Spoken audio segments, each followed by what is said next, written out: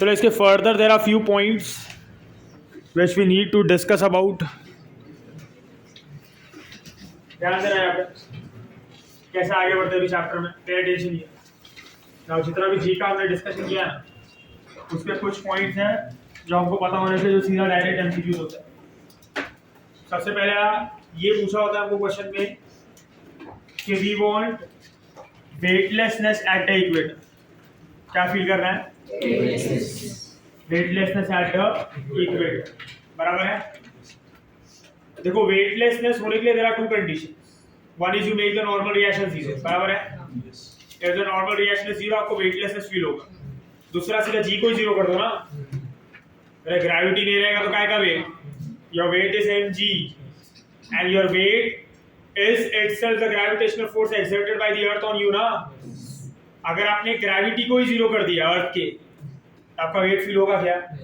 mg में जो g होगा वो जीरो हो जाएगा ना, आपका वेट भी क्या हो जाएगा? अभी देखो इसके ऊपर क्वेश्चन ऐसा आता है कि मान लो you are at the equator and at the equator you want to feel weightlessness. आपको वेटलेसनेस फील करना है तो हमको जी जीरो बनाना है। अभी जी जीरो कैसे बन सकता है? अगर आपने फॉर्मूला देखा होगा, बोलो जी इक्वेटर का फॉर्मूला क्या था? आई am talking about weightlessness at the equator. ये बहुत फ्रीक्वेंटली आस्क्ड क्वेश्चन है, बहुत बार पूछा गया है। अलग अलग वैल्यूज आती है इसके अंदर। I am talking about weightlessness at the equator.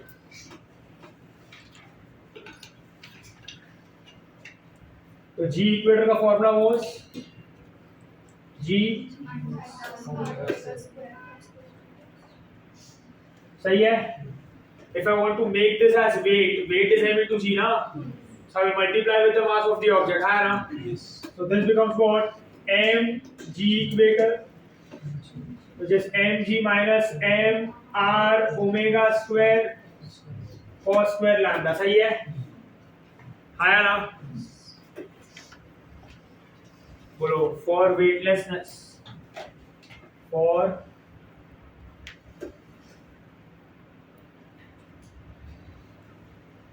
Weightlessness, बोलो जी इक्वेटर का वैल्यू कितना होना चाहिए? Zero. Acceleration due to gravity at the equator कितना हो जाना चाहिए? Zero.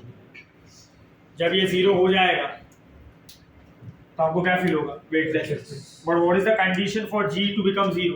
Let us substitute this here for weightlessness. G equator must be zero. Let us substitute here, so this becomes what? Zero. इसमें directly substitute होता है, MM cancel होने वाला है, तो ये क्या हो जाएगा? जी माइनस cos स्क्वायर लैम्डा, सही है। तो बोलो जी क्या हो जाएगा? सॉरी इक्वेटर पे सिर्फ यही फॉर्मूला होता है ना, ठीक है, इक्वेटर पे सिर्फ यही होगा ना फॉर्मूला, लैम्डा जीरो होता है ना। तो ये क्या हो जाएगा? जी ये इधर से चला गया, तो बोलो जी क्या आएगा? R omega. Am I clear? तो g will be equal to what? R omega square. तो बोलो ओमेगा कितना होगा? Root of g by R. क्या बोलते हो? सही है ये। One second I will repeat. G equator आपको पता है कितना है? G minus R omega square. cos square lambda लिखा तो भी कुछ फर्क नहीं पड़ता, लैम्डा को जीरो रखना पड़ेगा, है ना? cos लैम्डा जो है वो जीरो जब सब्स्टिट्यूट करूंगा तो cos lambda will become 1। Eventually ये आने वाला है। ये मैंने उसको वेट बना दिया। I want to feel weightlessness, so I want to make g equator zero. I want to find out the condition when g equator will be zero. So I substitute g equator as zero. So I get g is equal to r omega square. Omega becomes g root of g by r. You know the value of g? Yes. You know the value of r. What is g? 10. That is 9.8 ना. And r कितना है? 6400 kilometre. अब यहाँ पे जब इसको substitute करोगे ना और जब इसको calculate करोगे,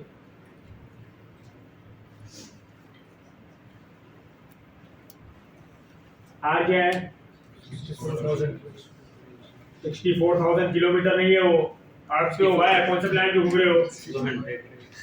बराबर है। सो ओमेगा का वैल्यू आता है 1/800 रेडियन पर सेकंड। तो अर्थ जब ये स्पीड से घूमने लगेगा ना, अभी अर्थ कुछ और स्पीड से घूम रहा है, यस और नो? इसलिए तो जी इक्वेटर पे कुछ ना कुछ जी है ना, it is not zero. G equator पे जीरो कब, ये जी इक्वेटर जीरो कब होगा? When omega will become this, है ना? सो ओमेगा जो है जब वो 1/800 रेडियन पर सेकेंड हो जाएगा तो जी इक्वेटर क्या हो जाएगा? जीरो। जी इक्वेटर जीरो हुआ तो हमको क्या फील होगा? वेटलेस। समझा क्या ये? मतलब अर्थ अभी घूम रहा है, किसी दिन किसी ने घुमा दिया ऐसा और अर्थ फास्ट हो गया और घुमाया और फास्ट और घुमाया और फास्ट और घुमाया और फास्ट और ये स्पीड को मैच कर गया, तो हमको क्या फील होगा? वेटलेसनेस ना, and will be throne of the अर्थ, है ना? So for earth to behave as such body such that we are being thrown off from the body, earth needs to rotate at a speed of 1/800, but eventually practically ये speed को achieve नहीं कर पाता, इससे कहीं कम है उसका speed, पता चलेगा कितना कम। क्लियर है ये? आप इससे टाइम पीरियड भी फाइंड आउट कर सकते हो। बोलो टी क्या होता है? 2π/। क्लियर है ये? तो जब आप इसको सॉल्व करते हो 2π/ओमेगा विच इज 1/800 ना, क्लियर है ये? इसको सॉल्व करने पे आपको जो आंसर आता है ना, इससे ज्यादा समझना है। देखो आपका आंसर हो जाता है 1.41 आवर। कितना होता है? 1.41 आवर। मतलब उसे एक रोटेशन कंप्लीट करने में 1.5 घंटे के आसपास लगना चाहिए। अभी कितना लगता है? 24 वेटलेस का फील होगा जब कितना लगेगा? 1.5 घंटे। मतलब बहुत ज्यादा फास्ट हो गया ना। जो एक रोटेशन वो 24 घंटे में खत्म कर रहा है, अगर वो 1.5 घंटे में खत्म करने लग जाता है तो हमें क्या फील होगा? वेटलेस। बट ये प्रैक्टिकली पॉसिबल नहीं है, अभी के लिए तो नहीं है, किसी दिन पता नहीं भाई हो गया तो नहीं पड़ जाएगी और क्या। समझा? उसके पहले नीट वीट देके क्लियर करो। भरोसा नहीं है जैसी दुनिया चल रही है। ये चलो नीट का रिजल्ट लेके पहुंचे कॉलेज में, ले स्पीड बढ़ गया गए जी रहो ऊपर। ठीक है ये? चलो अगर इसको ओरिजिनल टाइम पीरियड से कंपेयर किया, what is the original time period? 24 hours ना, जो एक्चुअल में है। एक्चुअल में कितना है? 24 आवर्स। नया वाला कितना आया? 1.4 फॉर वेटलेसनेस ना। देखो कभी कभी ऐसा भी पूछा होता है कितने टाइम्स बढ़ गया, कितने टाइम्स कम हो गया, तो कहना चाहिए टी डैश विल बी, ये जो है तो टी जो है टी, मैं अगर टी और टी डैश में रिलेशन निकाल दो क्या होगा? आई कैन राइट दिस ना, T dash will be T by 17 लिखूंगा मैं। क्या लिखूंगा? डायरेक्ट वैल्यू बता रहा हूं मैं आपको, कैलकुलेशन घर में करते रहना। बोलो टी कितना है? 24। जब आप 24 सब्स्टिट्यूट करोगे ना यहाँ पे तो आपका आंसर कितना आएगा? 1.4। कितना आएगा? 1.4। मतलब टाइम पीरियड जो टाइम पीरियड वो कितने टाइम्स कम हो गया? 17 टाइम्स। बोलो ओमेगा और टी में रिलेशन कैसा होता है? इनवर्स। तो ओमेगा कितने टाइम्स बढ़ जाएगा? 17। तो देखो they frame the question in different veg.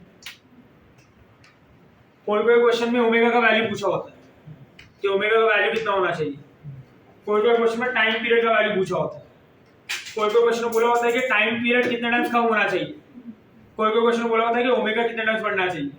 आप एक ही कॉन्सेप्ट पे 3-4 क्वेश्चन बना सकते हो। क्लियर है ये? Are getting my point? So this is the way we can feel weightlessness at the equator.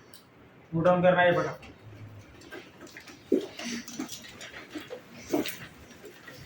ये सर्वे किया था ना लास्ट टाइम।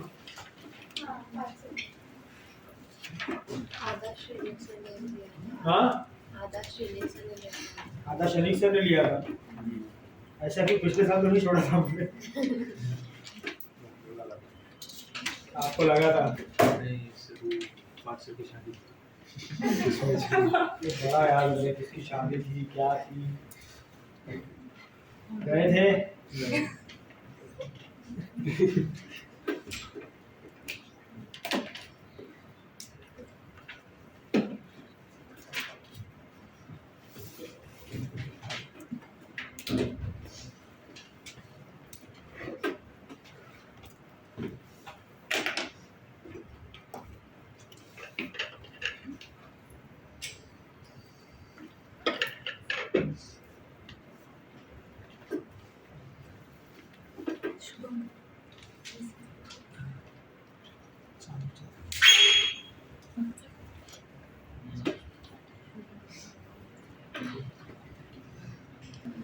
पे अटेंशन, ये लिख लिया ये।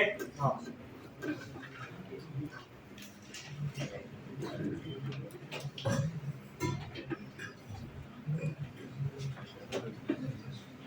so next is, if I talk about shape of earth, हमने 3 केस कर लिए। अब एक लास्ट केस है that is talking about variation of g with respect to shape of earth। तो सिंपल है, ये जो इसमें किया है वही है, तो पता है। तो देखो क्या होगा,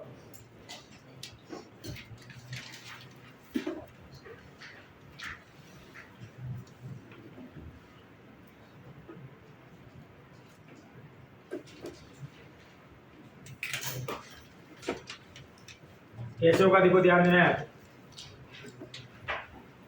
अभी हम जब फिजिक्स में स्टडी करते हैं तो we take the shape of earth as spherical ना, but due to effect of gravity at different points on earth being different, pole पे अलग है, इक्वेटर पे अलग है, तो जो अर्थ का शेप है वो थोड़ा चेंज है।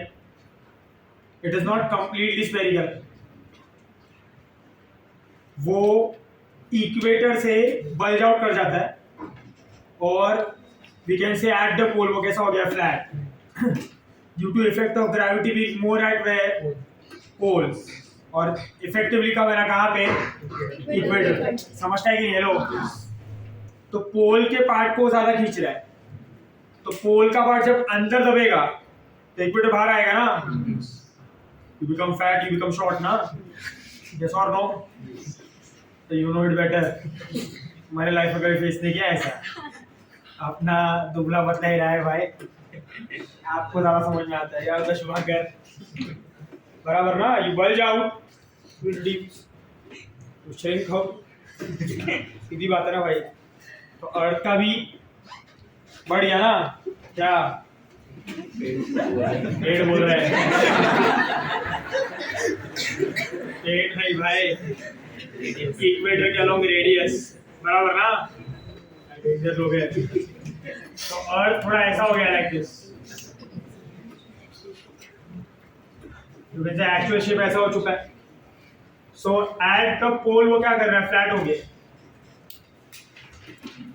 एंड एट द इक्वेटर क्या कर रहा है, बल्ज आउट कर, ये रहे। जिसकी वजह से होता क्या है कि अलोंग द इक्वेटर ना, along the equator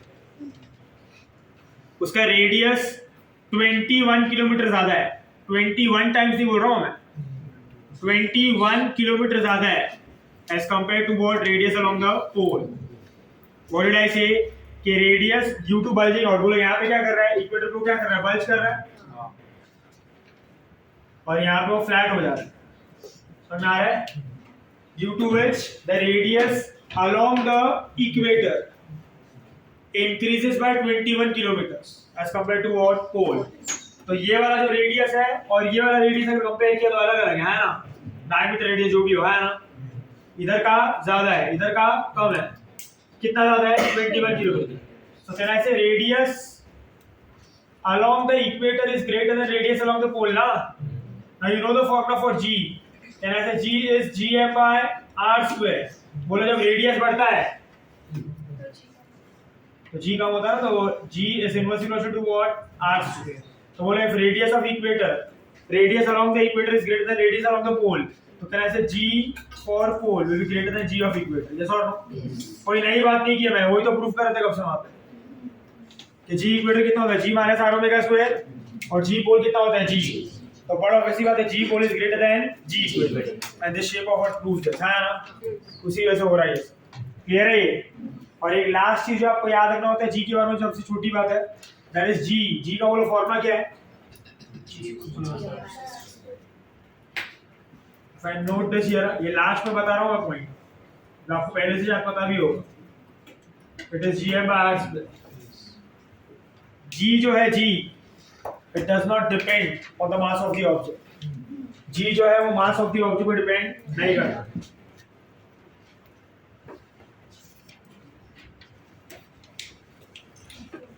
It is independent of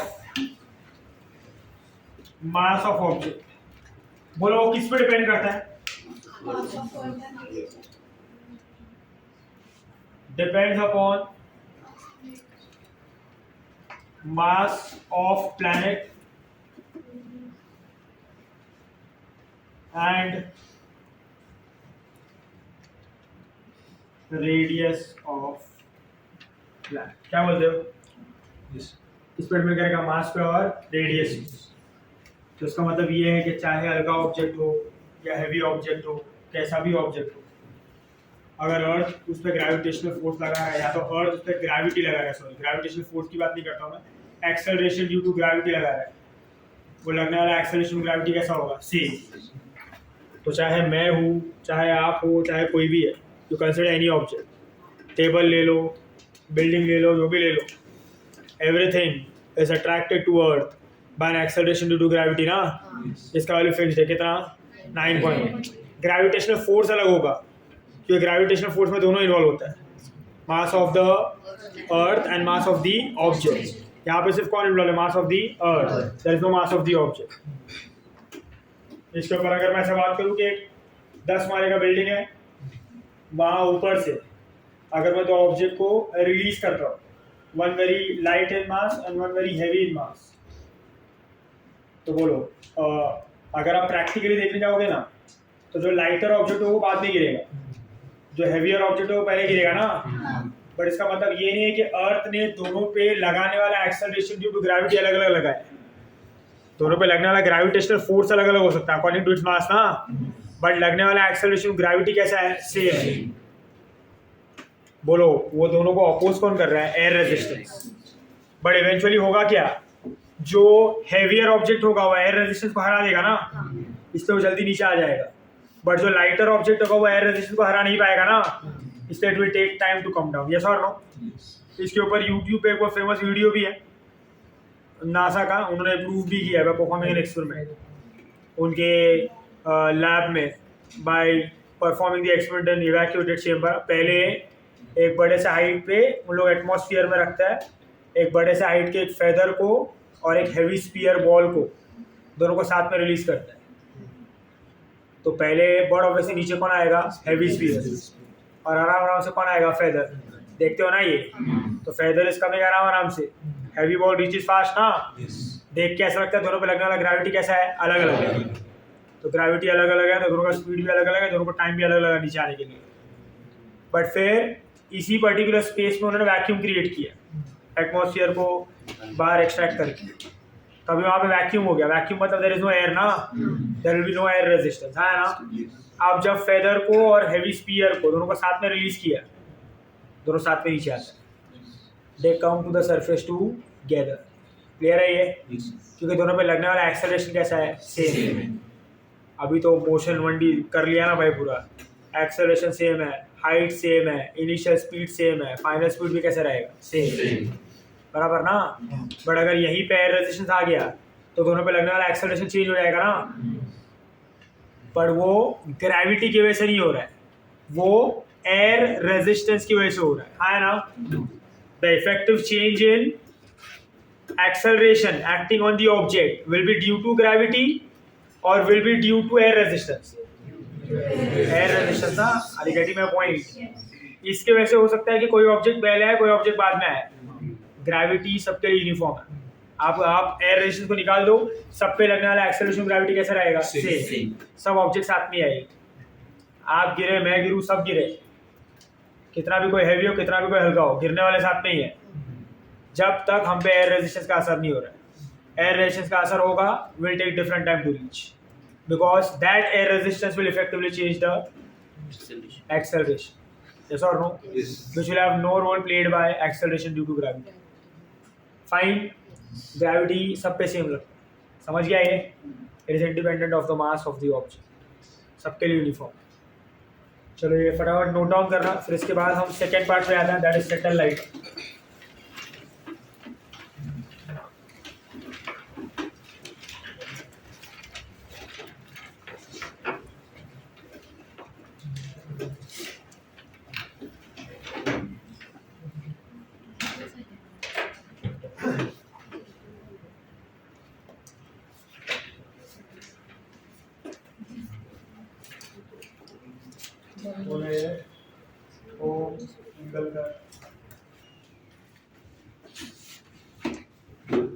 किसी से भी बात करो, किसी से भी, talk to anyone in the class, either you bring marks or you have no marks, but you will have one thing in common: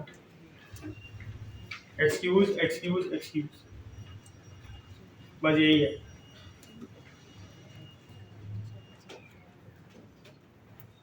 And this is what we are going to give for our rest of our life. सिर्फ excuse देते रहिए बस.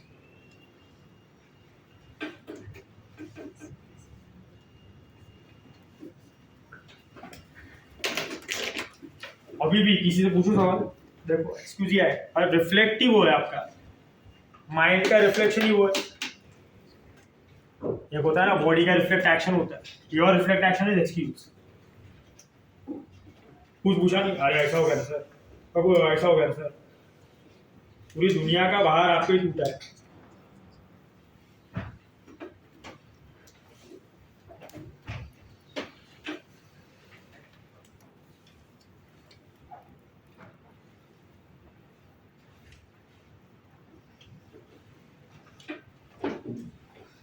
आपको बुरा लगे, मैं पहले ही बोल चुका, आपको बुरा लगे अच्छा लगे, आई डोंट केयर. मैं कभी ये मोटिव से ना टीचिंग में आया था, ना मेरे करियर खत्म होने तक मेरे टीचिंग से मैं रहूंगा. I am not here to bloody impress any one of you. मैं आता हूँ अपना ईमानदारी से काम करने के लिए, उसके बदले में जो ऊपर वाले को देना होता है वो देता है, और मुझे कुछ नहीं चाहिए भाई. और ये बातों से अगर आपका थोड़ा भी भला होता है तो शायद ऊपर जाने के बाद अपना हिसाब किताब अच्छा हो जाएगा. This is what I want in my life. ना तो आपसे कुछ मेरे को गेन है ना लॉस है. शायद आज आपको लग रहा होगा ये इशू खोलने का बड़ी बड़ी बातें कर रहा है. मैं जब सीसीटी में आता था तभी भी ऐसा ही था, एंड द पीपल नो. वहाँ पे भी स्टेज पे खड़े थे, मैं यही सब बोलता था, इफ यू रिमेंबर, जब मैं वहाँ पे टीचर था फिर भी. पर आज क्योंकि इंटरनली ज़्यादा जानने मिल रहा है और आज ज़्यादा मेरे पास फ्रीडम है बात करने का, तो जो वहाँ पे नहीं बोल सकता वो यहाँ पे भी बोल सकता हूँ. I can cross my line and I definitely will. आपको बुरा लगे तो लगे, गुस्सा आए तो आए, चिढ़ चढ़े तो चढ़े. अभी आप इसको कौन से डायरेक्शन में चैनलाइज करते हो, it's up to you. You want to criticize about it, you want to cribble about it, you want to cry about it, keep on crying and keep this for the rest of your life. But इसको change करना है कि इसने हमारे बारे में ऐसा बोला कैसा, मेरे बारे में ऐसा बोला कैसा. This is in your hand. And after your NEET examination, if you are man enough and if you have guts ना, आप आके बोल भी सकते हो. जो बहुत बड़ी बड़ी बातें कर रहे थे आप, प्रूव करके बताया हमने. मेरे को ज़रा भी शर्म नहीं है ये भी बोलने के लिए, हाँ भाई तुम जीते मैं हारा. इतना बहुत डाइल्यूटेड माइंड है भाई मेरा, इतना ईगो लेके घूमता ही नहीं. समझ में आ रहा है? एकदम सीधा सीधा ऊपर ही जाना है. इतना ईगो लेके घूमा तो हो गया, उम्र के पहले बाल सब झड़ जाएंगे. उम्र छोटा दिखने का रीजन ही है, इतना टेंशन वेंशन लेता नहीं मैं ईगो को. Getting my point. बट अगर इसको रॉन्ग ट्रैक पे लेके गए आप, हमको ऐसा बोला, मेरे को बुरा लग गया ना ये ना वो, मैं तो जो वर्ल्ड का सच्चाई है वो बता दिया आपको.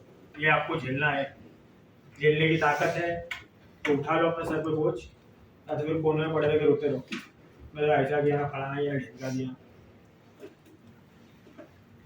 चलो आगे खत्म कर दिया, रहना जाए कुछ. Start with satellite. अभी we start with the second part, we will be left with the third part, that is potential awareness. आगे ना ध्यान देना है आप बोर्ड. तो ये सैटेलाइट क्या होगा, अंडरस्टैंड कर.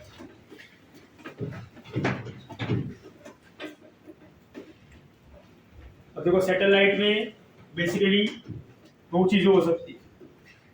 एक हो सकता है उसका वर्किंग कैसे होता है, मतलब बनता कैसे है, how it is manufactured, how it works. Second is जो ज्यादा इंपॉर्टेंट है, इसका लॉन्चिंग कैसे होता है. Satellite is something which is based on the concept of moon to earth. Moon is said to be natural satellite of earth.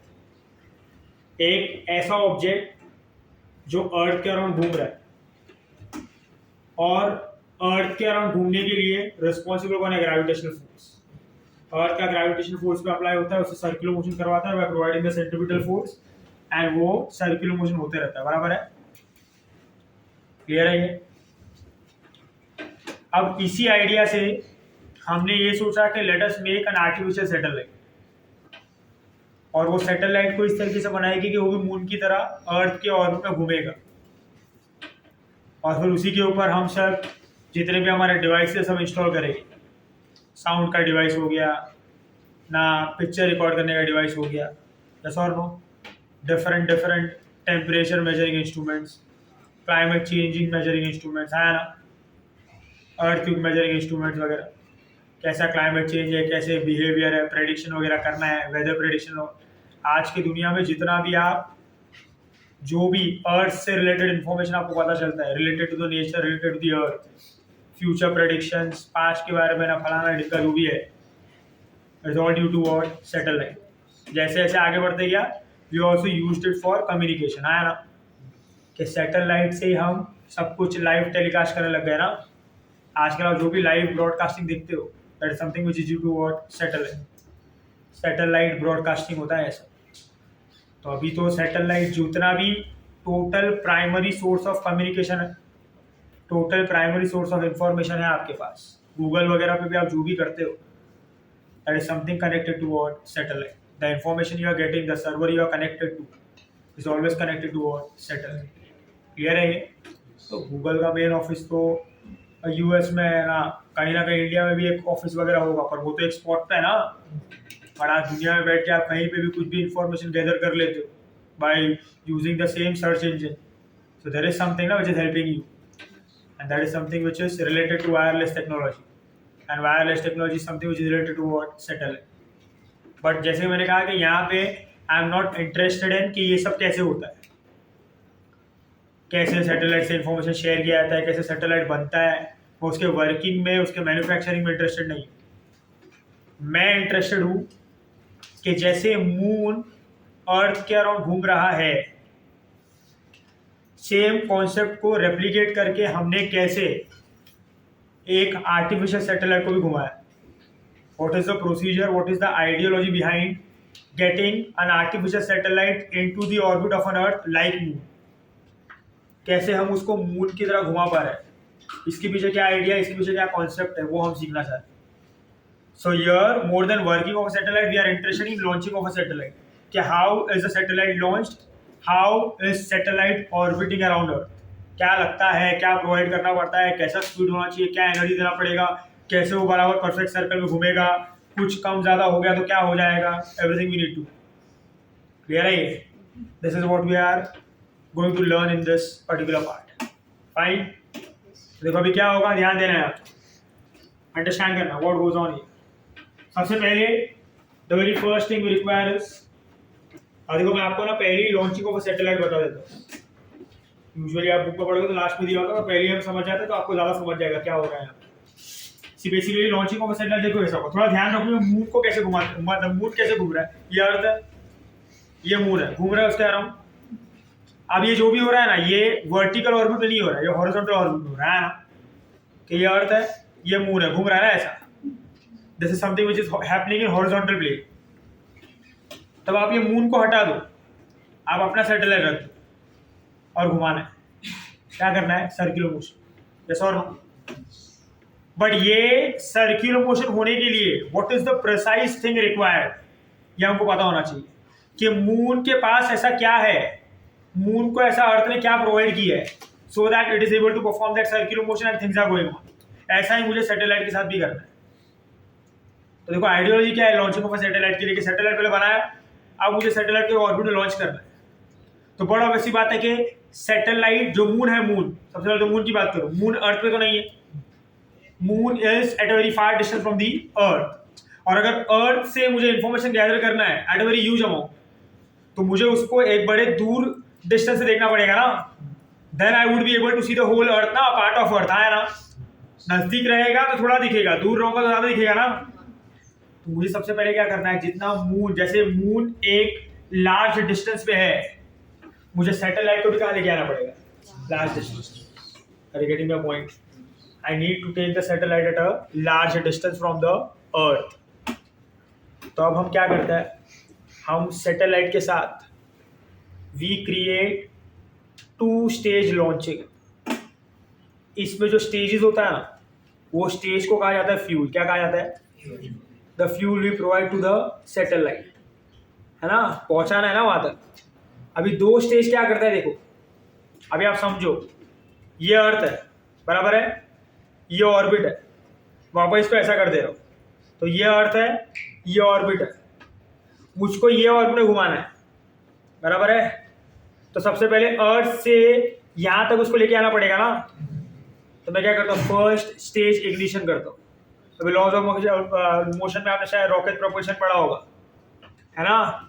पढ़ा है कि नहीं पढ़ा है? क्वेश्चन वगैरह करोगे तो कर लोगे. रॉकेट प्रोपल्शन में क्या होता है कि आप basically law of conservation of momentum use करते हो. कि नीचे आप मोमेंटम लगाओगे तो ऊपर जाएगा ना, वो it goes up where up, है ना. तो वो सब लॉज ऑफ मोशन में आएगा. अभी ऊपर गया ये, तो मैं उसको डिजायर्ड हाइट पे लेके गया. कहाँ लेके गया? बराबर है. अब डिजायर्ड हाइट पे लेके चला गया, पर इसको घूमना कैसे? ऐसे घूमना है ना. बोलो जब रॉकेट ऐसा रहेगा तो घूम सकते हैं क्या वैसा? तो फिर मैं क्या करता हूँ, इसको यहाँ पे लेके ना टिल्ट करता हूँ by some robotic mechanism, by some machine control और रिमोट कंट्रोल वगैरह से. मैं इसको घुमाता हूँ ऐसा 90 डिग्री से. तो अभी वर्टिकल से कैसा हो गया? हॉरिजॉन्टल. तो पहला स्टेज जो फ्यूल का है वो कहाँ लेके आता है? ऊपर. फिर क्या होगा? घुमाया 90 से, फिर क्या किया? इग्नाइट किया. पर अभी फर्स्ट स्टेज होगा, सेकेंड स्टेज. सेकेंड स्टेज क्या करेगा? इसको एनर्जी देगा, जिसकी वजह से क्या करेगा? Circular motion. यस और नो? पर अभी इसमें एक प्रॉब्लम है कि जब सेकेंड स्टेज उसको एनर्जी देता है ना, तो ऑब्जर्वेशन ऐसा आता है कि ये जो एनर्जी ना बहुत प्रिसाइज होना चाहिए. ज्यादा तो होगी ना, तो सैटेलाइट के पास इतना एनर्जी आएगा कि ऑर्बिट छोड़ के ना चला जाएगा आउट ऑफ स्पेस. आधा एनर्जी मिल गया ना भाई. यस और नो? मून बराबर से घूम रहा है तो मून का भी प्रेसिशन होगा ना भाई. ऐसे ही घूम रहा है, इतनी स्पीड के साथ घूम रहा है, मतलब इतना एनर्जी होगा ना. हम कभी नहीं देखते आज मून फास्ट हो गया ना, आज मून स्लो हो गया. No, every day the things are same. मतलब every day the energy provided is precise ना. The things going on a very precise note it is going on. Yes और no? So अभी ये satellite को भी बराबर से घुमाना है ऐसा प्रॉपरली, और घूमते रहना चाहिए प्रॉपरली. तो जो डिटेलिंग होगा, जो एनर्जी प्रोविजन होगा, जो प्रोवाइड करूंगा मैं उसको, वो भी कैसा होना चाहिए? प्रिसाइज होना चाहिए ना. तो कभी ज़्यादा हो जाएगा तो ऑर्बिट से निकल जाता है, कम होगा तो वापस गिर जाता है. समझा? बहुत कुछ ट्राई करके देखा. जितना एनर्जी रिक्वायर्ड था, मान लो एक नंबर ले लेते हैं, 100 जूल रिक्वायर्ड था, तो 100 जूल नहीं दिया, 80 जूल दिया. तो ऑब्जर्वेशन ये आता है कि नहीं घूमता है, गिर जाता है वापस अर्थ पे. 120 जूल दे दिया, 130 जूल दे दिया, तो पता चलता है ज़्यादा एनर्जी दे दिया आपने, तो लेके निकल जाता है किधर? कोई दूसरे ऑर्बिट में, या तो फिर सीधा स्पेस में. दूसरे ऑर्बिट में आने में भी प्रॉब्लम है ना. मुझे तो ये ऑर्बिट में घुमाना था, ये ऑर्बिट में घूमता तो बराबर इन्फॉर्मेशन मिलता, बराबर ना. दूसरा ऑर्बिट में चला गया, अभी नेटवर्क ही गया, नहीं आ रहा है, बराबर समझ में नहीं आ रहा है क्या डेटा दे रहे हो. This all are the problems ना. So the energy required is 100. बोलो एनर्जी क्या होगा? काइनेटिक एनर्जी ना. Can I say for that kinetic energy to be 100, the formula is half mv square. Mass of the satellite is not going to change. What can change? Velocity. But when I provide energy, I am providing velocity only, na. So for energy to be 100 joule, can I say I need to provide a perfect velocity, ना. मतलब जब वो ignition होगा, जब वो आग लगेगी और जब वो फायर होके निकलेगा, तो उसको जो वेलोसिटी मिलना चाहिए वो प्रिसाइज्ड होना चाहिए. कैसा होना चाहिए? प्रिसाइज. कि इतना ही वेलोसिटी मिलना चाहिए, तब वो ऑर्बिट बराबर घूमेगा. और वो वेलोसिटी को हम लोग कहते हैं क्रिटिकल वेलोसिटी. क्या कहता है? सो व्हाट इज क्रिटिकल वेलोसिटी? पहले तो बोलो, अभी देखो आप वर्ड्स को साथ में लेते जाओ. मैं फॉर्मूला ये डेफिनेशन वगैरह नहीं लिखने वाला, सीधा डेरिवेशन करूंगा. और डेफिनेशन आप याद कर लो, कॉन्सेप्चुअल है, लॉजिकल है. सबसे पहले बोलो, आपको जब घुमाना था उसको, तो आपने क्या किया? उसको वर्टिकल रखा, हॉरिजॉन्टल किया. अभी वो हॉरिजॉन्टल है, फिर इग्निशन दिया तो घुमा ना. इग्निशन देने के बाद घुमा. तो कभी घुमा सीधा था कि हॉरिजॉन्टल घुमा? हॉरिजॉन्टल में घुमा आया ना, जब वो हॉरिजॉन्टल में घूम रहा है मतलब मेरे देने वाला वेलोसिटी भी कैसा होगा, हॉरिजॉन्टल। तो हम क्या कहेंगे, the horizontal velocity provided to the satellite so that it can perform uniform circular motion around earth with the help of gravitational force provided by the earth. इसको हम क्या कहते हैं, क्रिटिकल वेलोसिटी। क्या कहेंगे इसको, are you getting my point? समझ में आ रहा है? ये वेलोसिटी को हम लोग क्या कहते हैं, critical velocity. Is it fine? Clear है? ये समझा, समझ में आ रहा है सबको? ये क्या होता है क्रिटिकल वेलोसिटी। और एक एग्जांपल ले सकते हैं, ये रहा। अगर मैं ऐसा कंसीडर करूं कि इफ दिस इज अर्थ दिया, बराबर है, बोलो बराबर परफेक्ट सर्कल में घूम रहा है, इसके लिए दो कंडीशन होती है। एक तो कि आपको सेंट्रीपिटल फोर्स मिलना चाहिए, दूसरा ये कि जो फोर्स और वेलोसिटी हो कैसे रेशियो परपेंडिकुलर, बराबर है। अब मान लो मैं ऐसा कंसीडर करूं कि यहाँ पे एक ऐसा बिल्डिंग है, बराबर है, there is a building here.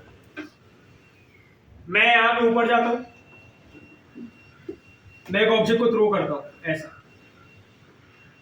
तो हमारे हिसाब से तो ये जब थ्रो करूंगा बस तो यू के साथ, तो ये तो प्रोजेक्टाइल मोशन करके नीचे आना चाहिए ना। ये हमने पढ़ा है मोशन इन 2D में, यस और नो? मतलब यहाँ पे सर्कुलर मोशन करने के लिए जो एनर्जी चाहिए था वो मैंने प्रोवाइड किया, उससे कम प्रोवाइड किया, उससे कम प्रोवाइड किया है ना। तो मुझे समझ गया कि भाई अभी बराबर मैं हाथ से तो नहीं हो रहा, मशीन आना पड़ेगा, बराबर ना। तो मशीन से शूट कर रहा हूँ, तो देखो क्या होता है, मैंने फिर से बढ़ाया स्पीड को, यू से वी कर दिया, तो देखा कि और दूर जाके गिरा, मतलब ये एनर्जी कम है ना।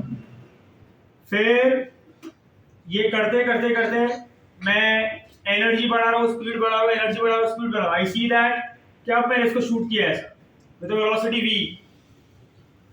तो अभी ऑब्जर्वेशन ये आ रहा है कि वो इधर पहुंच गया सच दैट वो इस तरीके से पहुंचा कि अभी उसके नीचे अर्थ सरफेस है ही नहीं, क्या नहीं है, अर्थ सरफेस है ना। पर देखो अभी यहाँ पे बोलो अर्थ सरफेस नहीं है, पर अर्थ तो इसको अपनी तरफ खींचेगा ना। क्या बोलेगा, अरे मेरा ही कोई अटैक करेगा ना उसको, तो बोले इसके बीच में क्या होगा, ग्रेविटेशनल फोर्स होगा। तो there will be gravitational force here ना बिटवीन देम, और वो लोग फोर्स किधर होगा, towards the centre and along the, और ये क्या होगा उसका वेलोसिटी ना ऐसा। बोलो v और f के बीच में एंगल कितना है ना, 90।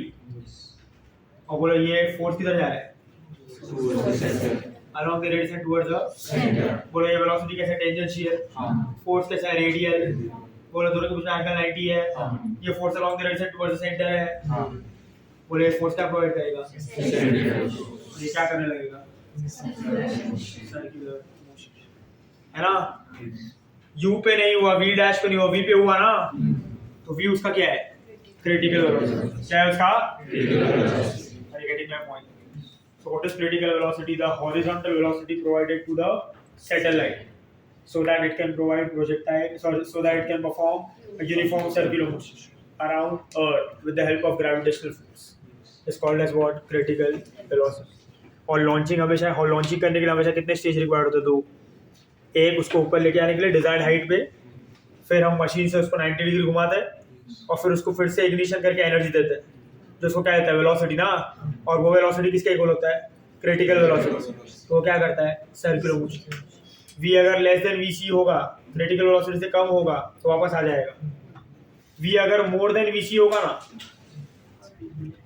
तो सर्कुलर मोशन नहीं करेगा, वापस पैराबोलिक करके वापस आ जाएगा। और वो पैराबोला थोड़ा अलग होगा, कैसा होगा बताऊंगा मैं। क्या बोला मैंने, v अगर vc से कम होगा तो पैराबोला बना के वापस आ जाएगा। v अगर vc से ज्यादा होगा, बता रहा हूं मैं, v अगर vc से ज्यादा होगा तो फिर भी पैराबोला करके वापस आएगा, पर पैराबोला थोड़ा अलग होगा।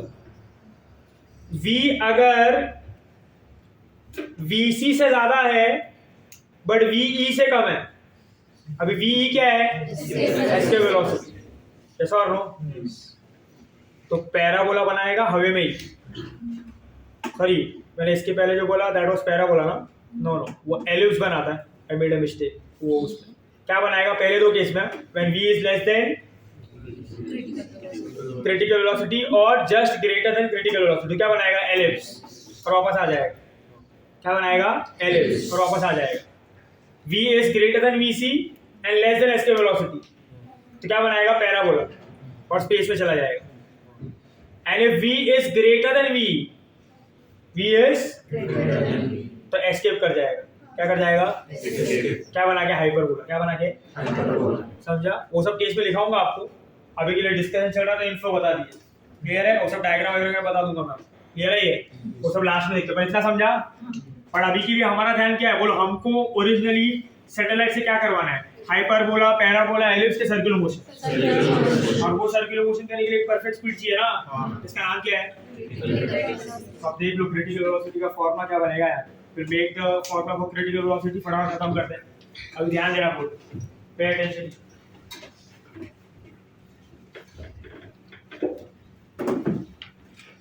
इसके बाद में बात करने वाला अबाउट एनर्जी, बाइंडिंग एनर्जी वगैरह क्या हो। आज पूरा बता के जाऊंगा उसका कॉन्सेप्ट क्या है, and in the next section I will derive it. वो 5-10 मिनट का काम समझ में आ रहा है कि, बट आज आप उसका कॉन्सेप्ट सीख लोगे। कॉन्सेप्ट ही सीखना मेन है, क्योंकि आपको समझता ही नहीं एनर्जी कैसे दिया, क्या नहीं दिया, फलाना दिखता हो गया। समझ में आ रहा है, अभी ध्यान देना है। सबसे पहले बात करता हूँ क्रिटिकल वेलोसिटी है।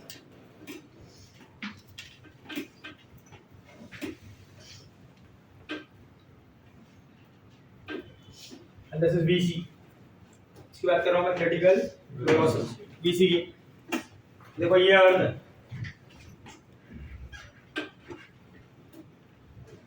दिस इज अर्थ हियर, इसका मास कितना होगा m। ये क्या है उसका रेडियस। बोलो सैटेलाइट को किधर लेगा, हाई डैश में ना, जाते हुए दिखाना नहीं है, ऑलरेडी है ना इधर। अब बोलो ये क्या होगा उसका हाई डैश, सही है।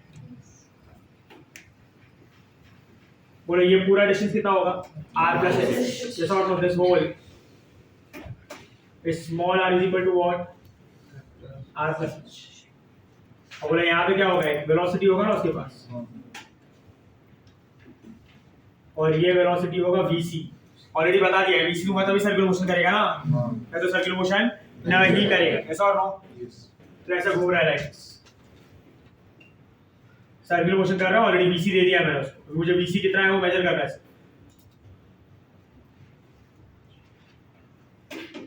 तो ये सर्कुलर मोशन कर रहा है ऐसा यार, क्लियर है ये। तो it is revolving around earth like this. ये सैटेलाइट का लॉन्चिंग होगी, ये सैटेलाइट है, ठीक है। इसका मास स्मॉल है, एकदम सिंपल है। बोलो for circular motion who will provide the necessary CPF. अरे बोलो यार, hello. For UCM CPF is provided by what, gravitational force ना।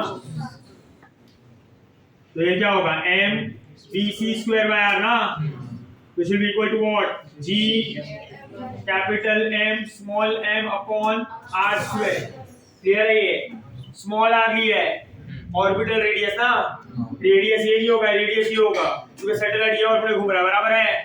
तो बोलो व्हाट यू गेट, mm आया, बोलो क्या मिलेगा हमको, vc is under root gm by r। Is it fine? This is what we get. Clear है ये? तो vc is under root of gm by r। Fine? बोलो अगर मैं इसी को लिखूंगा अगर ऐसा, vc is under root of gm upon r plus h। Clear है ये? तो ये फॉर्मूला हो। इससे देखो ये पता चलता है कि ये भी क्रिटिकल वेलोसिटी भी मास ऑफ द सैटेलाइट पर डिपेंड नहीं करता है। तो आप 100 किलो का सैटेलाइट हो, 500 केजी का हो, 1000 केजी का हो, 2000 केजी का हो, वो डिपेंड किस पे करता है, मास ऑफ प्लैनेट। वो डिपेंड किस पे करता है, रेडियस ऑफ प्लैनेट। वो किस पे डिपेंड करता है, हाइट। समझ में आ रहा है क्या? तो अगर प्लैनेट अर्थ की है तो मास सेम, प्लैनेट अर्थ की है तो रेडियस भी सेम। मान लो मैं दो सैटेलाइट को लेके आता हूँ 1000 किलोमीटर के ऊपर, कितना हाइट रखा है, 1000 किलोमीटर। एक 100 किलो का, एक 500 किलो का है, दोनों के लिए क्रिटिकल वेलोसिटी रिक्वायरमेंट भी सेम और different? Same, because it does not depend upon mass of the satellite. Yes और नो? सो हम क्या लिखेंगे यहाँ पे, इंडिपेंडेंट ऑफ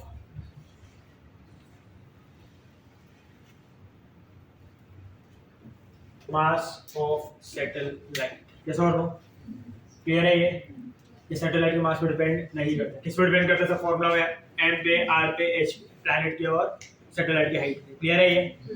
अब इसी को ना अलग अलग फॉर्म में लिख सकते हो। सभी you know that I can write G M S G R square ना, अरे पता होना चाहिए आपको। यस और नो? ऐसा देखो, बोलो जी क्या होता है? I can write GR square is equal to what? GM. अब देखो मैं यहाँ पे ना एक कंडीशन अप्लाई कर रहा हूँ। I am applying that satellite is revolving close to Earth. Satellite किधर revolve कर रहा है? Close to Earth. If it is revolving close to Earth, तो क्या ऐसे उसका जो height होगा height it will be less as compared to the radius ना। मान लो 50 किलोमीटर पे 100 किलोमीटर पे, तो रेडियस कितना है? 6400 किलोमीटर। हाइट कितना है? 100 किलोमीटर। कंपैरेबल है कि नहीं है? नहीं है ना भाई, है कि नहीं है? अप टू 500 किलोमीटर कंपैरेबल नहीं होता है। कंपैरेबल यस और no? It is not comparable at all. Clear है ये? तो मतलब मैं हाइट को निगलेक्ट कर सकता हूँ। किसको निगलेक्ट कर सकता हूँ? हाइट। तो हम क्या करेंगे यहाँ पे? R is much greater than h, therefore h is neglect। तो बोलो bc क्या हो जाएगा? g r square upon r। ये गया? तो बोलो bc क्या होगा? Root of g r। बराबर है? बोलो g r सब्स्टिट्यूट किया तो इसका आंसर आता है अराउंड 8 किलोमीटर पर सेकंड। कितना आता है ये? 8 किलोमीटर। पर अगर आपका हाइट 500 किलोमीटर तक है ना, सैटेलाइट को आपने 100 किलोमीटर, 200 किलोमीटर, 300 किलोमीटर, 400 किलोमीटर, आपको 500 किलोमीटर का ऑर्बिट लॉन्च किया ना अगर, तो उसको अप्रोक्सीमेटली कितना स्पीड देना पड़ता है? 800 किलोमीटर। थोड़ा बहुत डिफर करेगा यहाँ, बट अप्रोक्सीमेटली कितना होगा? 8। 7.8 होगा, 7.7 होगा, 7.6 होगा, है ना? बट अप्रोक्सीमेटली कितना होगा? 8 किलोमीटर पर सेकंड। यस और नो? क्लियर है ये? जो उसको स्पीड देना पड़ता है कहाँ पे? In the orbit. ये होगा critical velocity close to the earth surface up to the height of 500 kilometre. Is it clear? Hello, समझ में आ रहा है कि नहीं आ रहा है? What is going on here? खाली डिफरेंट फॉर्म में लिख रहा हूँ, फॉर्मूला तो इधर ही खत्म हो चुका है। This is just writing in different forms। Clear है ये? फिर इसी को बोलो कैसे लिख लेता हूँ मैं? I can write in terms of density also ना। बोलो यहाँ पे है, यहाँ पे। See here in this formula, if I substitute mass as density into volume, that is density into 4/3 pi r cube, तो बोलो क्या मिल जाएगा मुझे? पाई ऑर्बिट का रेडियस ले लेता हूँ, स्मॉल आर क्यूब। दिखता है ना? कैपिटल आर के स्मॉल आर, ऑर्बिट का रेडियस ले रहा हूँ, तो सब्स्टिट्यूट करूंगा, बोलो क्या हो जाएगा यार? जी एम क्या है? G into rho 4/3 pi R cube upon R. बोले गया? तो बोलो वीसी क्या मिलेगा मुझे? बोलो 2r आएगा ना यहाँ पे? यस और no? 2r under root of, बोलो क्या लिखूं? 0 या तो 4 बाय ये 0 पाई अपॉन 3 बराबर है ये? बोले स्मॉल r को मैं फिर से इसके टर्म्स में लिखता हूँ ऐसा। यही कंडीशन अप्लाई कर रहा हूँ यहाँ। इफ h is neglected, तो ये क्या बन जाएगा? स्मॉल आर क्या बन जाएगा? कैपिटल आर ना? यार small R is R plus H. बोलो आर अप्रोक्सीमेटली किसके इक्वल होगा? Capital R. क्लियर है ये? तो बोले यहाँ पे ये भी क्या बन जाएगा? कैपिटल। क्लियर है ये? तो दोनों कंडीशन एप्लीकेबल है। कभी कभी हमको ये कंडीशन दिया होता है, कभी कभी हमको ये कंडीशन दिया होता है, मोस्टली ये कंडीशन दिया होता है, तो ये वाला यूज करेंगे। डजंट मैटर, ये 500 किलोमीटर के ऊपर, ये 500 किलोमीटर के आंसर। क्लियर है ये? फाइन। हेलो, समझा सबको ये? This is the formula for what? Critical velocity. ठीक है? इसके साथ साथ हम टाइम पीरियड भी निकाल सकते हैं। क्या निकाल सकते हैं? और टाइम पीरियड क्या होगा? 2 पाई आर बाय वी ना। अरे बाबा ये क्या हो जाएगा? वीसी। बोलो वीसी का फॉर्मूला क्या है? Under root of G M by small R ना। कैपिटल आर स्मॉल आर का डिफरेंस ये समझना पैटर्न क्या है। स्मॉल r मतलब radius of the orbit, capital मतलब रेडियस ऑफ द अर्थ। हम किसका रेडियस ले रहे हैं? ऑर्बिट का। तो सैटेलाइट किधर घूम रहा है? ऑर्बिट में। क्लियर है ये? बोले ऊपर जाएगा तो क्या मिलेगा? r अंदर जाएगा, बोले क्या हो जाएगा? r³ g। तो t क्या है? बोले 2 pi root of r³ g है। That is t is equal to 2 pi root of r plus h cube upon g। Yes और नो? क्लियर है ये फॉर्मूला है।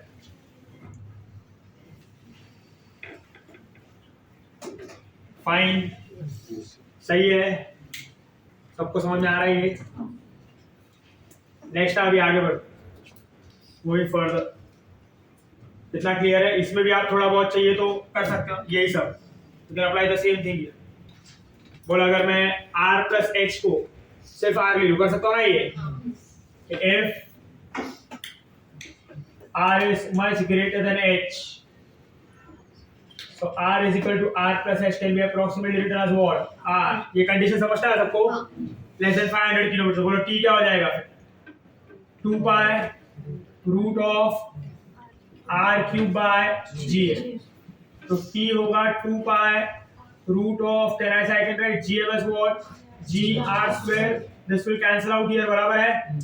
तो बोलो t क्या बचेगा? 2 pi root of r/g। Yes और नो? इसमें जब आप r और g का वैल्यू सब्स्टिट्यूट करो, यू नो द वैल्यूज ना, तो इसका टाइम पीरियड आता है 86 मिनट। कितना आता है? 86 मिनट, 84 मिनट का वैल्यू देख लेना, अभी इतना याद नहीं रहता। ठीक है, पर इसके क्लोज ही होता है, ऑप्शन देख के समझ जाओगे। क्लियर है ये? Something close to 84 minutes, 86 minute ऐसा कुछ है। ठीक है, फाइन। मतलब अगर आप हाइट को लेस देन 500 किलोमीटर रखते हो ना, तो आपको कितने स्पीड से उसको लॉन्च करना चाहिए? तो वो कितने टाइम में अपना रेवोल्यूशन कंप्लीट करेगा? 86 मिनट। क्लियर है ये? When the height is less than 500 kilometers. Is it clear? Yes. Yes or no? You can also write this formula also in terms of density. चलो यही फॉर्मूला को directly convert करता हूँ, या तो ये वाले आ जाओ। बोलो इसमें m को क्या लिखूंगा मैं? डेंसिटी इनटू वॉल्यूम ना, अरे बस होगा ही क्या, बोलो ना। तो ये r³ g अपॉन 4/3 पाई r³। सही है? हाँ, ये ले लो, डेंसिटी भी ले लो। सही है? तो बोले r³ गया, तो t क्या होगा? 2 पाई अंडर रूट 3 अपॉन 4 रो g पाई ना, ये होगा फॉर्मूला। अभी आपको थोड़ा एडजस्टमेंट वगैरह करना तो कर देना। ठीक है, ये है ना? यहाँ पे यू कैन टेक पाई² बाहर आके कैंसिल हो जाएगा, लिख ही देता हूँ। चलो, तो 2 पाई जाएगा ना, अंदर क्या बचेगा? इधर पाई और पाई एडजस्ट करना पड़ेगा ना यार। तो ऊपर क्या बचेगा? 3 पाई, नीचे क्या बचेगा? रोज। क्लियर है ये? इसका formula is it clear? This is the formula for time period in terms of what? Density. सबको समझ में आ रहा है ये? और यहीं से हम वो फेमस रिलेशन भी निकाल सकते हैं which you use. That is वाला फॉर्मूला को अगर मैंने स्क्वायर कर दिया, फिर स्क्वायर बोथ द साइड, तो ये क्या हो जाएगा? 4 पाई² gm अपॉन gm ना, इनटू ये क्या हो जाएगा? r। तो t² is proportional to what? This is Kepler's third law, है ना? Time period of the satellite, square of the time period of the satellite is proportional to cube of the distance between the satellite and the center of the, है ना? This is also applicable for any particular planet and sun और planet में जो relation होता है time period का और distance का, वो कैसा रहता है? यही रहता है, t² is proportional to what? r³। Kepler's law of planetary motion ना, Kepler's का थर्ड लॉ है, applicable for any planet। चलो क्लियर है ये? This is about critical velocity and time period. Fine? क्या चलो? इसका फोटो लेना फटाफट, मुझे पोटेंशियल का कॉन्सेप्ट बताना है। करता है कि लिखते हुए फोटो लेके ग्रुप पे डाल दो भाई, अभी कभी डाल देना।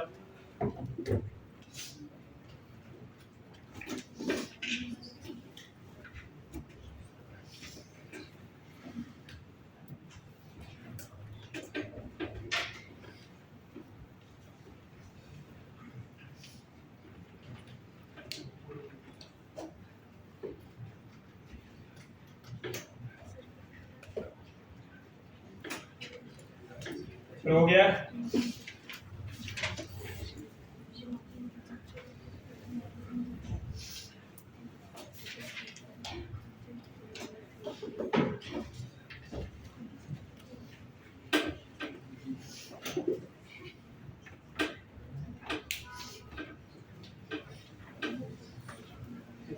चलो अब ध्यान दे रहे हैं आपने, हो गया, इसका फोटो ले लिया, ग्रुप पे भेज दिया। चलो नाउ अब इसी यहाँ पे ना, ये तो हो गया about velocity and time period of satellite, critical velocity and time period. इसमें सबसे इंपॉर्टेंट जो होता है ना, that is energy of a satellite, कि सैटेलाइट में क्या, कैसा, किस तरीके से एनर्जी होता है। तो always remember when I talk about total energy of a satellite, so when I talk about total energy of satellite, for total energy there are two types of energy. One is potential energy and one is kinetic energy. Satellite का दोनों होता है, satellite will have both kinetic energy also and potential energy also. See, इसका kinetic energy ना calculate करना आसान है, I can easily calculate kinetic energy है ना हमारे पास। जब वो ऑर्बिट में घूम रहा है तो उसके पास वेलोसिटी कौन सा होगा, क्रिटिकल ना, तो half M V C square ना, हेलो क्या मिल जाएगा मुझे, पर यहाँ पर जो इम्पोर्टेंट है ना कैलकुलेट करना, वो होता है पोटेंशियल एनर्जी। और यही से आप चैप्टर में तिगड़म में चले जाते हो, this is where you start losing the chapter, क्योंकि आपको पोटेंशियल एनर्जी कैसे क्या होता है कभी समझता ही नहीं। क्योंकि ग्रेविटेशनल पोटेंशियल एनर्जी को समझने के लिए, पोटेंशियल एनर्जी को समझने के लिए आपको सबसे पहले पोटेंशियल को समझना पड़ता है कि what you mean by gravitational potential, what you mean by electric potential. सभी 10 मिनट ध्यान से सुनना, कोई लिखना करना नहीं है। Listen to this carefully, I will derive this thing on Sunday, but इसको समझना डिराइव करने से ज़्यादा इंपॉर्टेंट है। डेरिवेशन का फालतू है नल्ला, कुछ नहीं है उसमें, क्यों हो रहा है ऐसा, क्या है उसमें वैसा जो ऐसा होता है, this is what you have to understand. सबसे पहले तो हमको समझना है कि पोटेंशियल वर्ड का मतलब क्या होता है, what do you mean by this word potential. सिर्फ फिजिक्स है ना, फिजिक्स ये उल्टा काम करता है। हम हमारी लाइफ में कैसे चलते हैं कि हम ट्राई करते रहते हैं, बराबर ना, we keep on doing work and will see कि होता है कि नहीं होता, बराबर है। फिजिक्स ऐसा नहीं वर्क करता, physics doesn't work like this, इसलिए हमारा काम होता है। समझ में आ रहा है, क्योंकि हम हमेशा नेचर के अगेंस्ट ही काम करते हैं। You go according to the nature, you will always succeed. इसलिए आपको 10 बार बोला जाता है, इसको रिलेट करो अपनी लाइफ को नेचर से। Gravitation is the best chapter where you can relate your life with this. Physics simple word में क्या कहता है पता है, आपको जो भी कुछ करना है, whatever you want to achieve, आप सबसे पहले ना वो चीज का पोटेंशियल निकालो, रिमूव पोटेंशियल फॉर दैट, कि उस चीज में उतना पोटेंशियल है कि नहीं है, तो उतना वर्क करो, है तो उतना वर्क करो, तो आपका आउटपुट आएगा। है समझ में आ रहा है। बट इफ यू नो कि देयर इज नो पोटेंशियल, आप कितना भी वर्क कर लो, कभी भी कुछ नहीं होने वाला। समझ में आ रहा है। Let me give you an example, what you mean by potential. मान लो अभी नहीं चला धंधा वंधा, आपने भी एक दिन आके बहुत फिलोसॉफी छाड़ते रहता है, आ जाते तेरे को भी थोड़ा ज्ञान देते हैं, आओ सर इधर चाय की टपरी खोलो, एक ओपन टपरी है, सेल टी एंड अर्न। बोला ठीक है भाई, कुछ नहीं करने के लिए तो यही कर लेता हूँ और क्या। सो पर अभी वो चाय बेचने के लिए तो ऐसा नहीं है ना कि दूध लिया, चाय पत्ती लिया, लेके खड़ा हो गया, नो ना, थोड़ा तो बिजनेस सेंस होना चाहिए ना मेरे को। तो सबसे पहले मुझे क्या देखना पड़ेगा, कोई ऐसी जगह देखनी पड़ेगी ना जिधर मेरी चाय बिके, बराबर ना। तो मैं कोई ऐसा स्पॉट ढूंढूंगा, कोई ऐसी जगह ढूंढूंगा ये मेरा चाय। आपने बोला सर इधर है वॉलचंद कॉलेज, उधर बाहर लगाओ, फुटफॉल होता है उधर, 200-300 लोग आते जाते रहते, 50-100 लोग तो चाय पी लेंगे, है ना। उधर कोई नहीं है, मैं बोला हाँ यार अच्छा idea, you understand the example, मैं बोला अच्छा आइडिया। तो मैं उधर गया, मैंने उधर मेरा धंधा शुरू किया, आते थे रोज 100 लोग 200 लोग चाय पीने आते थे। पर देखो 100 लोग 200 लोग को चाय पिलाना ना, तो मेरा सेटअप भी उतना ही रखूंगा ना। 1000 लोग के बैठने वाली जगह तो नहीं लूंगा ना मैं। I need to accommodate 100 people and that too for the whole day. मतलब एक टाइम पे तो 4-5 लोग खड़े होकर चाय पीते रहेंगे, तो मुझे जगह भी तो उतना ही चाहिए। मैं क्या बोलूँगा कि भाई एक टाइम में 20 कप होने चाहिए, बराबर है। उतना ही क्रॉकरी खरीदूंगा, उतना ही दूध लाऊंगा, उतनी चाय पत्ती लाऊंगा, उतनी शक्कर लाऊंगा, बराबर है। उतनी ही जगह लूंगा जितने में 4-5 लोग खड़े रहे दिन में, बराबर है, और चाय पी सकते। Are you understanding? I am only doing that particular work. What is potential of that place? बराबर ना। अभी उधर चाय का मुझे 10 रुपए मिलने वाला है, तो उसको शाही कप में, कांच के कप में थोड़ी पिलाने बैठूंगा, वो पेपर के कप में पिलाना पड़ेगा ना। या पियो और फेंको। ताज होटल वाला पिलाएगा ना, 1000 रुपए की चाय बेच रहे हो। You understand the meaning of this? कि मतलब I am working according to the potential of that place. अगर मैं उधर ये करना भी चाहूँ तो भी नहीं कर सकता ना। मैं अगर शाही महाराज वाला चाय बेच भी रहा हूँ 1000 रुपए का, कोई पिएगा क्या? No one will come. क्या कर रहे हैं, पागल है क्या? कोई फेंक के मारेगा मेरे को, बराबर ना। तो throw away on the first day, क्या कर रहा है करके मोर्चा वोर्चा निकल जाए। But you understand, according to physics, where was I mistaken? That place never had that potential to do that. समझा क्या? अब मैं बैक टू देखो, मैंने फिर मेरा धंधा कैसे सेटअप किया, पोटेंशियल के हिसाब से, बराबर है। कितना इतना पोटेंशियल है, ऐसा ऐसा होता है, तो इसके हिसाब से मेरा दुकान चलना चाहिए। अब मेरा वो धंधा सक्सेसफुल रहा, 100-200 लोग आते चाय पीते, पर मेरे को ना पैसे कमाने की और भूख पड़ी। आपके आप फिर से आया, अभी क्या करूँ? बोला 100-200 लोग ही आते हैं यार, अभी और थोड़ा चाय बेचना है, बोल क्या करूँ? तो फिर तो आपने बोला कि सर उधर तो इतने लोग आने वाले, और कुछ नहीं कर सकते। चाय ही बेचना है, आप बोल सकते हो सर और कुछ खोल दो, ये बेचो ना वो बेचो ना, मेरे को चाय ही बेचना है, कॉफी वॉफी कुछ नहीं, सिर्फ चाय। यू सजेस्टेड मी कि sir go to bus stand, go to Sangli bus stand, see now what are you thinking? That place will have more potential ना, because the footfall compare to this place is always going to be more. Yes और no? तो आप बोलोगे sir उधर तो लोग दिन के ना 1000 लोग आते सर, देखते भी ना चाय वाले उधर ज़्यादा मिलते हैं आपको, कोई पता है पोटेंशियल का कॉन्सेप्ट और क्या। तो उधर आपने बोला उधर तो सर दिन के 1000 लोग उतरते हैं, 1000 लोग चढ़ते हैं, उधर ज़्यादा फुटफॉल, उधर आपका ज़्यादा कमाई होगा, दिन में 1000 चाय बिकेगा। तो मैं अब उधर सेटअप लगाने चला गया। But you think on this now, if I want to setup there, will my existing setup work there? जितना काम मैं यहाँ पे करता हूँ उतने काम से हो जाएगा क्या? कि 10 ही कप है, 10 ही चाय बनेगी, 5 ही लोग खड़े हो सकते हैं? नहीं ना।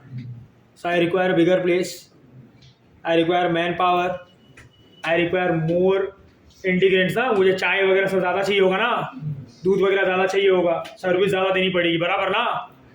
बट ये देने से फ़ायदा भी तो होगा। तो मैंने मेरा वर्क क्यों बढ़ाया? क्योंकि वो जगह क्या बढ़ा? पोटेंशियल। यस और नो? नहीं समझा? Are you getting my point?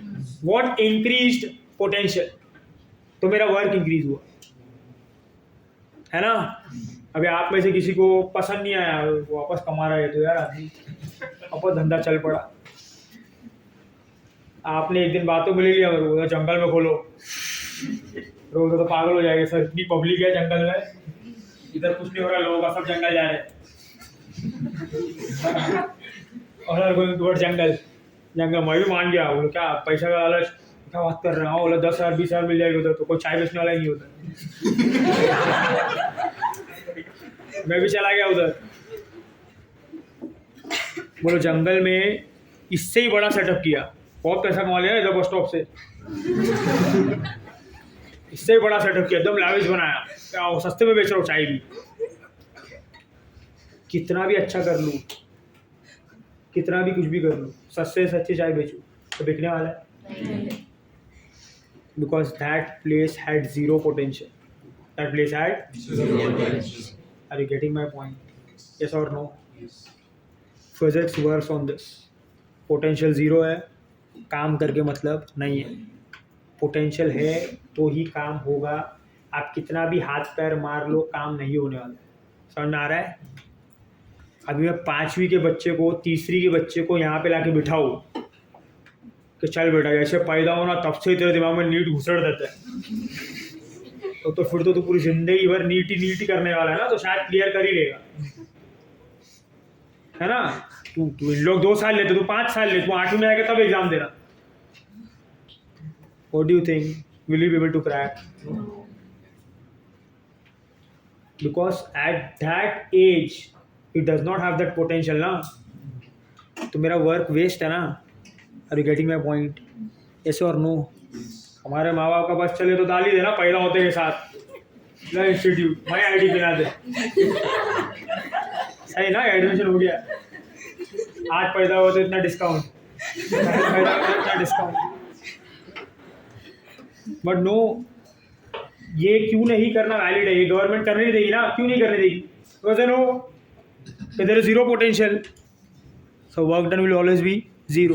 कुछ आउटपुट नहीं आने वाला. 16-17 साल का होने दो, माइंड डेवलप होने दो, then they will have the potential ना. Then you do the work. समझ में आ रहा है क्या? ये आपका मिस्टेक है, ये आपका पढ़ाई इस तरीके से बकवास होता है. यू नेवर क्रिएट और you never try to know the potential of your, और फिर उसके हिसाब से वर्क नहीं करते.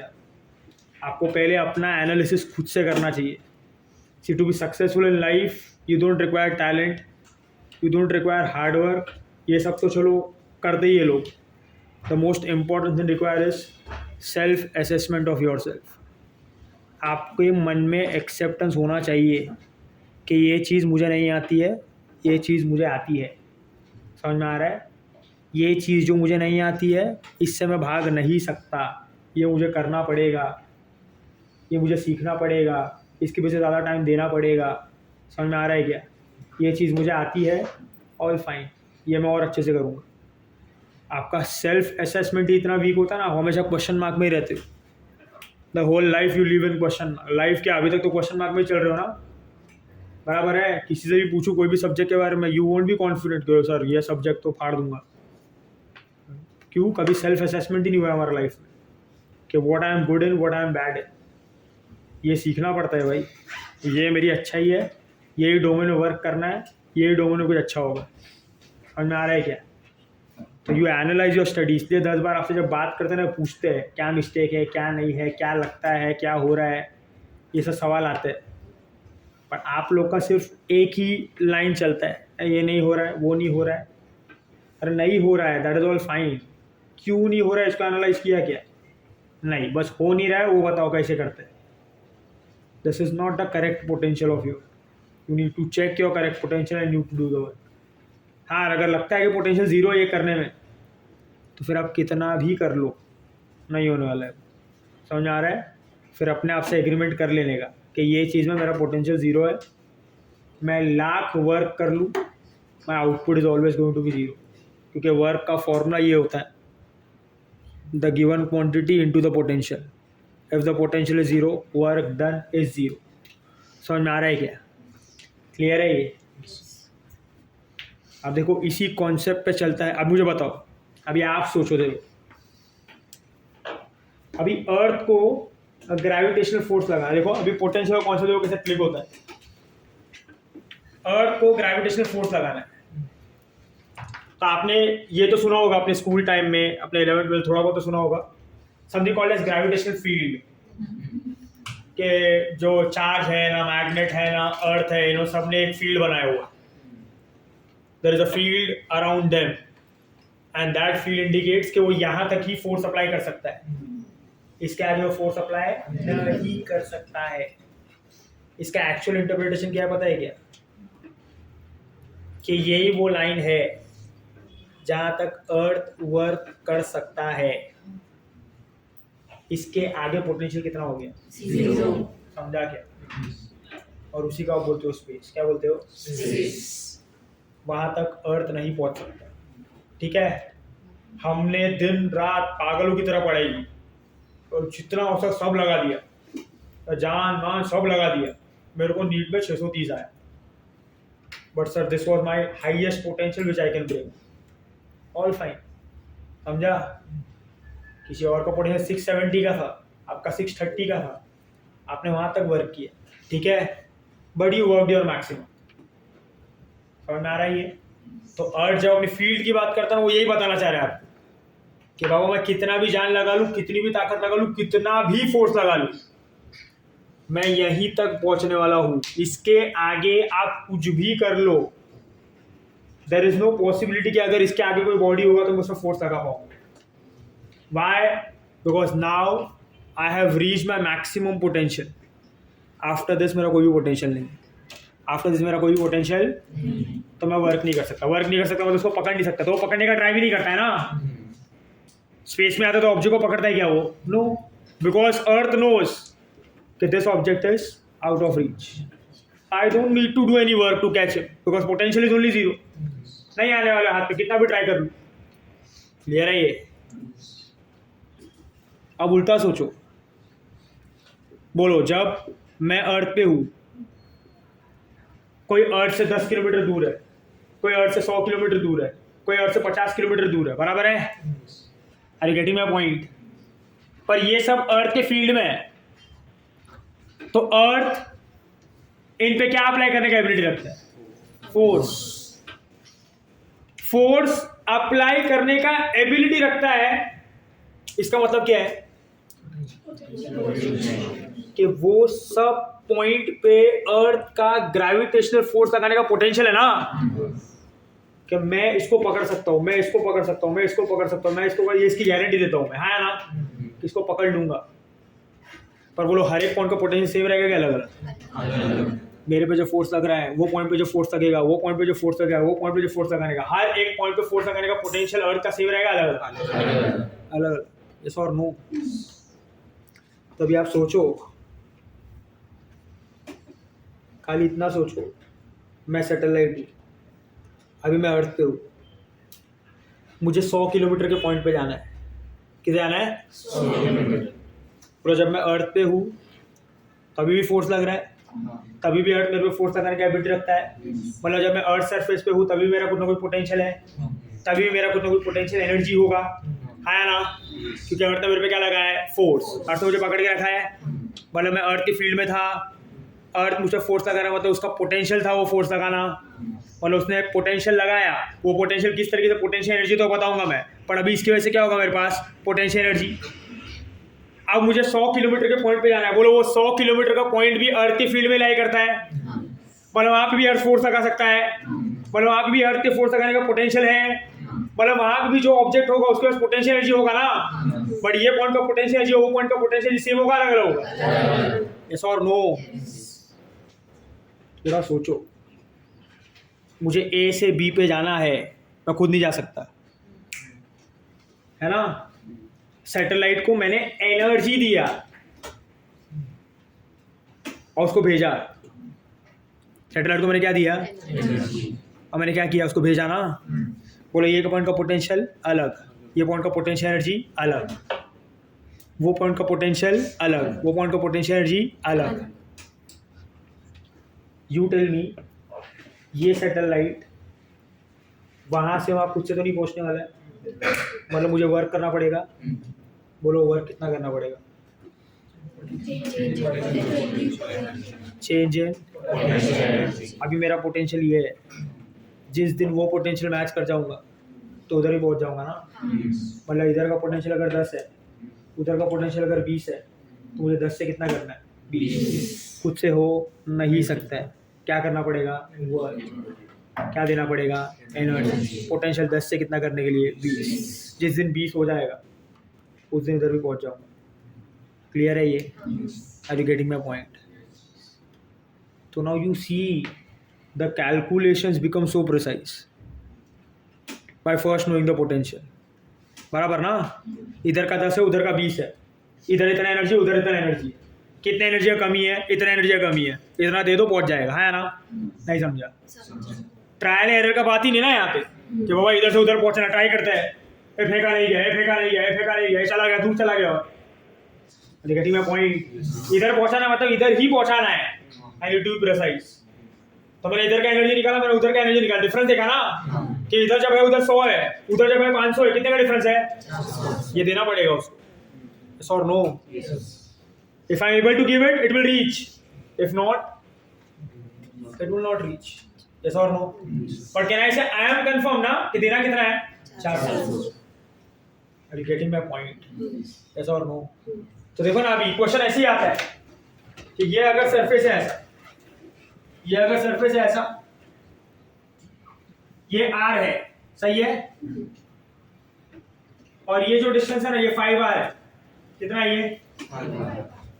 I want to go from r to 5r. What should I do? वो सब जोड़ो, सिंपल वर्ड में बोलो, क्या करना पड़ेगा मुझे? एनर्जी दे लो, क्या बोलते हैं? What do I need to do? आपके वर्ड्स ऐसे होने चाहिए. What should I do? Work to reach from this potential to this potential. Life भी तो यही है ना भाई, सब कोई मर रहा है यहाँ से यहाँ पहुँचने के लिए, उसके लिए क्या करना पड़ता है? वर्क. बट वो वर्क करने के लिए पहले यहाँ पे कितना चाहिए वो ढूंढना पड़ता है. समझ में आ रहा है? हम सोचते हैं लाएंगे इतना, आता है इतना, क्यों? वर्क इतना चाहिए था, किया इतना ही, किया इतना ही, किया इतना ही. जिस दिन ये वाला वर्क करना सीख जाओगे ना, उस दिन वहाँ पे पहुँच भी जाओगे.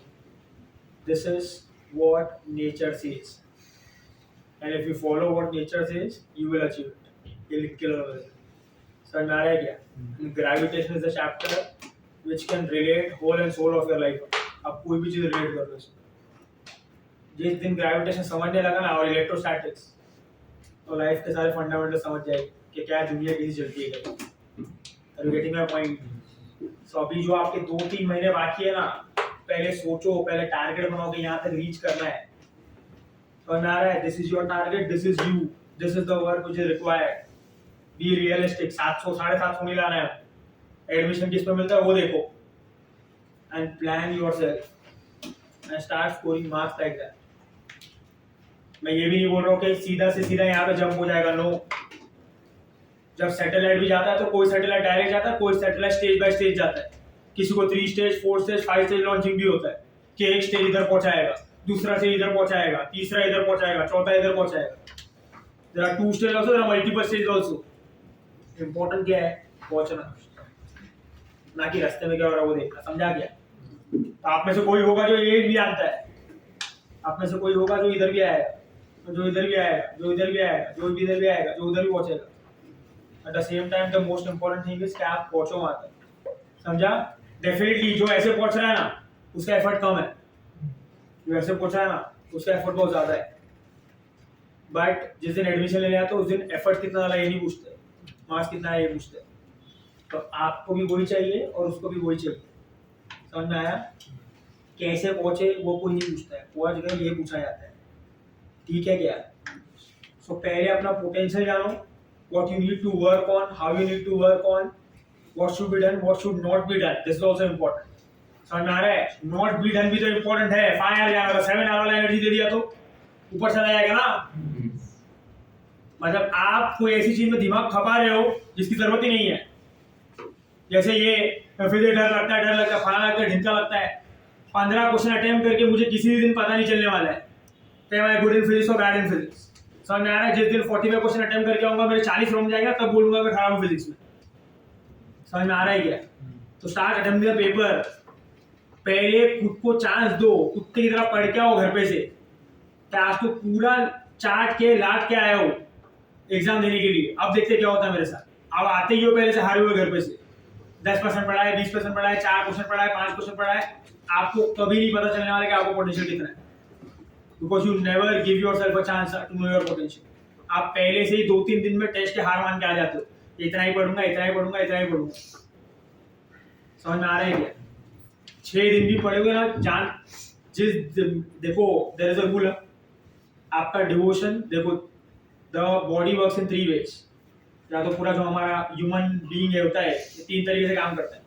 Heart, mind and body. ये तीनों कोऑर्डिनेशन जब बेस्ट होता है तब एफिशिएंसी 100% होता है. इसमें सबसे पहले गिव अप करता है कौन? हार्ट. फिर कौन? माइंड. लास्ट होता है बॉडी.